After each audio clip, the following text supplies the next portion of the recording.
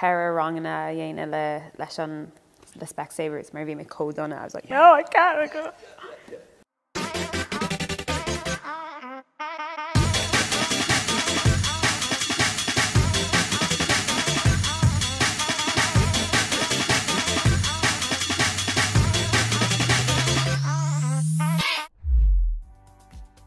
Kate Finegan sin matú? Guma. Tá sé gaile? Gur míle mahat. Éidir stom ar tú spar faoi do chodobra? Well, tá glór pusna amsa. Is astar mé, agus is daisar mé, agus ó am go céile, is láthir mé, ar nó tú hain. Ach cinneo ba mé labhairt faoi post eile tá am, is éirilist mé. So is dotha mé taréis cos mhór postanna eagsúile a chluisteáil fan am seo. Achtas se seo éanta eagsúil. Mar sin é conas ar chur tú do sim sa sport seo don céad labhríomh?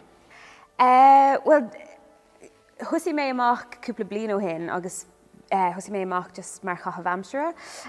Just bhí mé géirí rud difriúil a riáil, agus bhí mé géirí fiabhsa chur ar mo chud aclaí. Agus an sin, just kind of fuair mé hooked. Ar hooped. Agus léir go mbeadh an méid sin trealamh ag tastal bh honné seo dhéanú, mar sin é conas a dhéanaan tú tréála agus cleachtú leis.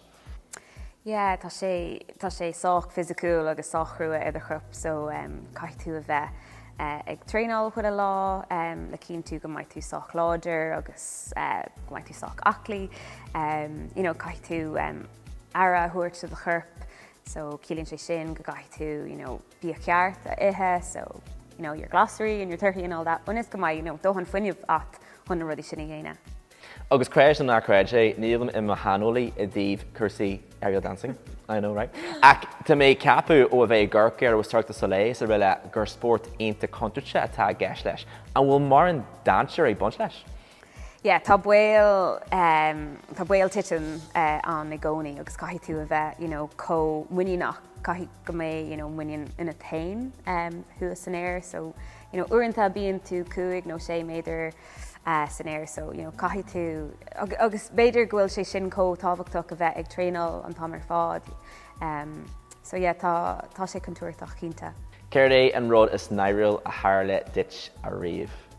Bhí mé déine aerial hoop performance, ach fuair mé mo chulaí uair ribh an taispeántas, and yeah, it didn't fit, in éoncur. So, but bhí bhí sé co-specific, bhí a bheith mar Wonder Woman, so bhí an chulaí sin a chahabh. So hui mé suas leis an chulaí, agus just bhí sé just raw dangan, just way too tight, and just hui mé suas, and bhí sé grand an performance ar fád, agus hui mé sias, tháinig mé sias, agus bhí an loch féiceanna ag dúla bus, agus I was like, phew, thank God, just grand. Agus an sin, just chuir mé my lábh suas in air, chun kind of baú dhéine, and agus ag an am sin, just the whole thing busted. Oh, no. Back. So agus bhí mé brathnú ar an físeán, agus thank God, ní raibh tú an aon rud a eáil, but it was just just a grip. Just yeah, just fear fág an stáite ágáil, yeah. Kate, céir é nó cé héad na daoine is mó a thugann inspread ditse? Tá sé sin dachar rá mar tá go leor talann sa réimse oibre seo, agus oibrim le glór daoine, means, a bíonn ag obair cho dachar, so caiith mé rá just na daoine bhíam ar stáite lo, mar bhí mé géirí just a bheith chomh lo an tamar fád, so say then. Agus Kate Finegan is léir go bhfuil tú dul ó neart go nearta an méid sin bonte má agat sa godí seo san earnáil seo. Mar sin é céir le tá feige agat le deanú ar do bucket list?